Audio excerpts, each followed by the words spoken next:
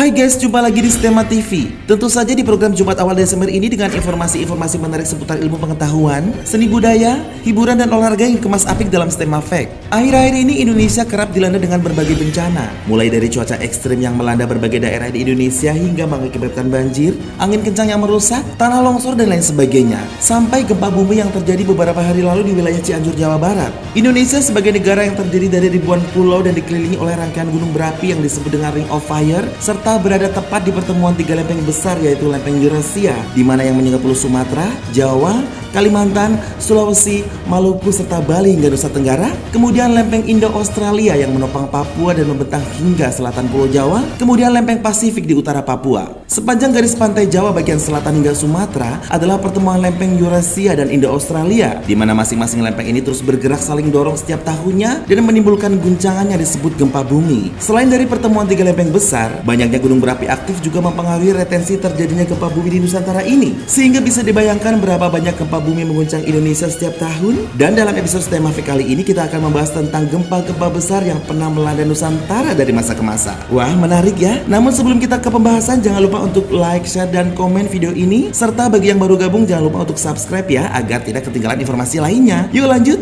mari jelajahi isi dunia bersama Stema Fact.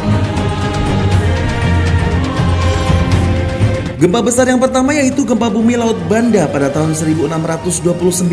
Gempa bumi Laut Banda di tahun 1629 yang berkekuatan 8,2 skala Richter mengguncang Laut Banda Indonesia pada tanggal 1 Agustus. Episentrumnya diyakini terletak di Palung Seram. Gempa megatrust ini memicu tsunami setinggi 15 meter yang menerjang Kepulauan Banda 30 menit setelah gempa. Dampak tsunami kabarnya terasa sampai di Ambon. 230 km dari epicentrum, banyak pohon tercabut di Kepulauan Banda. Gempa besar yang terjadi 392 tahun silam tersebut selain menghancurkan pemukiman dan mencabut pepohonan di kepulauan yang terkenal cantik itu, juga mampu menggeser meriam seberat 1,5 ton dari posisinya. Hingga saat ini, gempa bumi Laut Banda ratusan tahun silam itu menjadi cerita turun-temurun dan menyiratkan memori mengerikan akan masa lalu pada masyarakat setempat.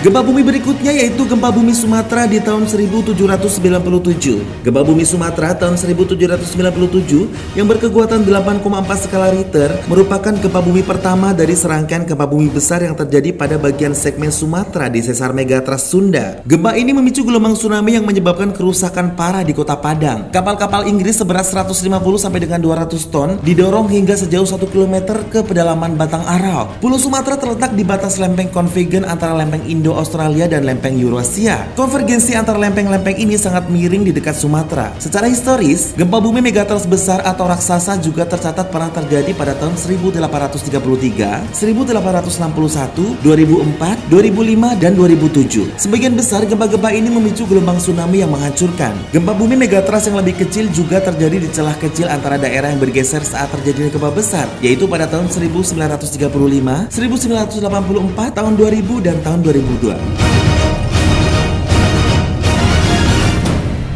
Di posisi ketiga ada gempa bumi Sumatera tahun 1883. Gempa bumi Sumatera tahun 1883 adalah gempa bumi yang terjadi pada 25 November tahun 1883 di lepas pantai barat Sumatera sekitar pukul 22 waktu Indonesia Barat dengan perkiraan kekuatan 8,8 sampai dengan 9,2 skala Richter. Gempa ini disebabkan pecahnya segmen Palung Sumatera sepanjang 1000 km di tenggara area yang mengalami hal yang sama pada gempa bumi Samudra Hindia tahun 2004. Gempa ini kemudian memicu terjadinya tsunami yang menerjang pesisir barat Sumatera dengan wilayah terdekat dari pusat gempa adalah Pariaman hingga Bengkulu. Tsunami juga menyebabkan kerusakan pada daerah Maladewa, Sri Lanka, dan Seychelles. Selain itu, tsunami juga dilaporkan mencapai Australia bagian utara, Teluk Benggala, dan Thailand, meskipun dalam intensitas kecil. Besarnya gempa ini juga telah diestimasi dengan menggunakan catatan pengangkatan mikroatol karang. Namun bencana ini tidak terdokumentasi dengan baik, sehingga tidak diketahui dengan pasti dampak dan korbannya.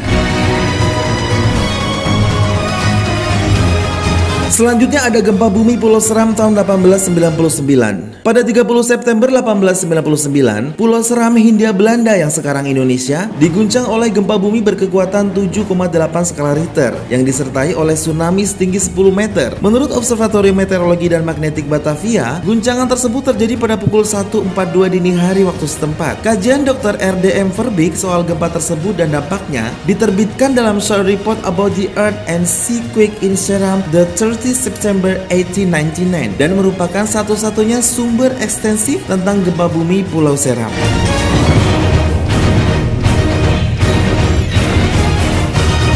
Kemudian ada gempa bumi Jawa Tengah tahun 1943. Pada masa pendudukan Jepang, Jawa Tengah diguncang gempa bumi besar dengan kekuatan mencapai 7 skala Richter pada 23 Juli pukul 14.53 sore waktu setempat. Gempa bumi mengguncang wilayah Depresi Yogyakarta di Jawa Tengah, menyebabkan 213 orang tewas dan lebih dari 3.900 orang luka-luka. Lebih dari 12.600 rumah hancur. Gempa ini menyebabkan kerusakan di Jawa Tengah mulai dari Garut di Jawa Barat hingga ke Surakarta di timur. Di Bantul 31 orang tewas, 564 orang terluka dan 2.682 rumah hancur. Pada tahun yang sama juga gempa kembali mengguncang Yogyakarta dengan kekuatan 8 skala Richter pada pukul 21.53 waktu setempat. Pusat gempa ini berada di 8,6 lintang selatan sampai dengan 109,9 bujur timur. Kerusakan yang terjadi berada di pantai selatan Jawa Tengah. Banyak korban jiwa pada gempa kali ini. Dampak rumah roboh juga lebih banyak dari tahun 1937. Sebanyak 213 orang meninggal dunia dan 2.096 orang mengalami luka berat. Untuk dampak fisik, BMKG mencatat 28.000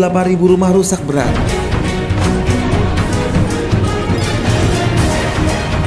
Di posisi berikutnya ada gempa Banyuwangi tahun 1994. Gempa bumi dan tsunami Jawa Timur 1994 adalah bencana gempa bumi tektonik yang berpusat di Samudra Hindia berkekuatan 7,2 skala Richter yang terjadi pada tanggal 2 Juni 1994 sekitar pukul 18.17 waktu Indonesia Barat. 7 jam berselang sejak gempa bumi tersebut terjadi, gelombang tsunami kemudian menghantam pesisir pantai selatan Jawa Timur bagian timur, tepatnya di wilayah Kabupaten Banyuwangi pada 3 Juni 1994 dini hari. Bencana tsunami akibat gempa bumi tektonik ini menyebabkan kerusakan total yang melanda pemukiman penduduk di pesisir selatan Kabupaten Banyuwangi seperti Pantai Pelengkung, Pantai Pancer, dan Pantai Rejek Besi yang rata dengan tanah. Korban meninggal diperkirakan mencapai 215 jiwa. Korban jiwa sangat banyak dikarenakan peristiwa tsunami tersebut terjadi pada dini hari sekitar pukul 1 dini hari, di mana banyak warga yang masih terlelap tidur. Dampak tsunami juga terjadi pada para peselancar yang tinggal di bibir Pantai Pelengkung. Seorang peselancar bernama John Philbin berada di Pelengkung pada malam terjadinya tsunami. Dia menggambarkan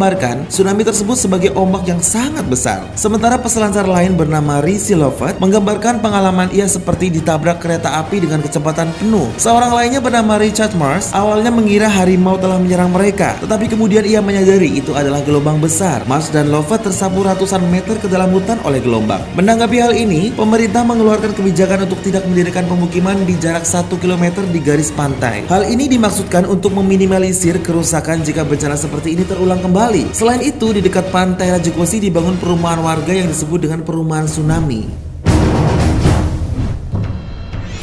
Selanjutnya kembali terjadi di wilayah Sumatera. Ini adalah gempa bumi Samudra Hindia di Aceh tahun 2004. Bencana besar gempa dan tsunami Aceh tahun 2004 ini pasti tidak akan terlupakan sepanjang masa. Gempa bumi Aceh 2004 terjadi pada pukul 7.58 hari Minggu pagi, 26 Desember tahun 2004. Episentrumnya terletak di lepas pantai barat Sumatera, Indonesia. Guncangan gempa tersebut berskala 9,1 sampai dengan 9,3 dalam skala kekuatan momen. Gempa bumi megatrust bawah laut terjadi ketika lempeng Hindia didorong ke bawah oleh lempeng Burma dan memicu serangkaian tsunami mematikan di sepanjang pesisir daratan yang berbatasan dengan Samudra Hindia. Gelombang tsunami yang tingginya mencapai 30 meter menewaskan 230.000 sampai dengan 280.000 jiwa di 14 negara dan menenggelamkan sejumlah pemukiman pesisir. Gempa dan tsunami ini merupakan salah satu bencana alam paling mematikan sepanjang sejarah. Indonesia adalah negara yang dampaknya paling parah selain Sri Lanka, India, dan Thailand. Ini adalah gempa bumi terbesar ketiga yang pernah tercatat di seismograf dan durasi patahan terpanjang sepanjang sejarah, yaitu antara 8,3 dan 10 menit. Gempa ini menyebabkan seluruh planet bumi bergetar 1 cm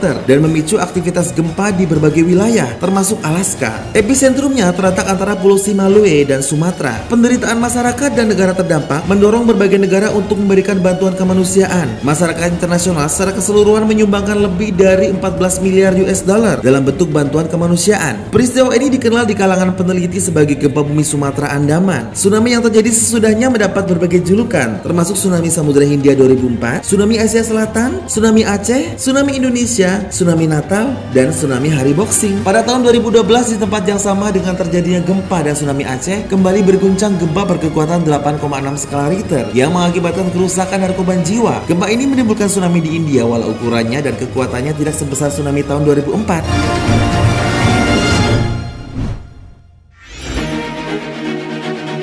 Gempa selanjutnya masih di wilayah Sumatera. Ini adalah gempa Pulau Nias di Sumatera tahun 2005. 3 bulan setelah tragedi Aceh menggemparkan dunia, Pulau Sumatera kembali diguncang gempa dahsyat sebesar 8,6 skala Richter yang terjadi di Pulau Nias. Gempa ini terjadi pada pukul 23:09 waktu Indonesia Barat pada tanggal 28 Maret tahun 2005. Pusat gempanya berada 30 km di bawah permukaan Samudra Hindia, 200 km sebelah barat Sibolga, Sumatera, atau sekitar 1.400 km barat laut Jakarta, sekitar setengah jarak antara Pulau Nias dan Simuele. Catatan seismik memberikan angka 8,7 skala Richter, namun catatan BMG di Indonesia mencatat 8,2 dan getarannya terasa hingga Bangkok, Thailand sekitar 1.000 km jauhnya. Dengan kekuatan sebesar 8,7 skala Richter, gempa ini merupakan gempa bumi terbesar kedua di dunia sejak tahun 1964. Segera setelah terjadi, muncul peringatan akan kemungkinan datangnya tsunami yang akhirnya tidak jadi. Gempa ini kemungkinan terpicu oleh gempa sebelumnya pada bulan Desember 2004, gempa bumi Samudra Hindia tahun 2004.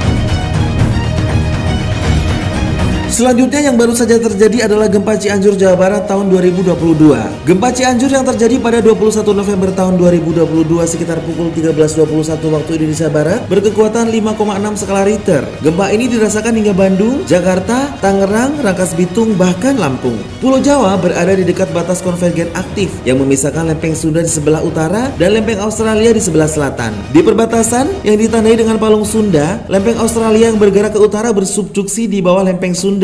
Zona subduksi mampu menghasilkan gempa bumi hingga bermagnitudo 8,7 skala Richter. Sementara lempeng Australia juga dapat menghasilkan gempa bumi dalam dari litosfer ke bawah di lepas pantai Pulau Jawa. Zona subduksi menghasilkan 2 gempa bumi dan tsunami yang merusak pada tahun 2006 dan 1994. Gempa Easterly pada tahun 2009 juga menyebabkan kerusakan parah. Jauh sebelum itu, sepanjang sejarah tercatat pernah terjadi gempa pada tahun 1844 dan 1910 di kawasan Cianjur yang kembali terulang pada tahun 1912. Terjadi lagi gempa pada 2 November 1968 dan 10 Februari 1982 dengan masing-masing kekuatan 5,4 dan 5,5 skala Richter. Terakhir pada 12 Juli tahun 2000 pernah terjadi juga gempa di kawasan sekitar Cianjur dan Sukabumi yang mengakibatkan 1.900 rumah rusak. Gempa bumi Cianjur tersebut hingga informasi ini kami tayangkan di Stema Fake episode 21 hari ini masih menimbulkan gempa susulan beberapa jam sekali setiap harinya.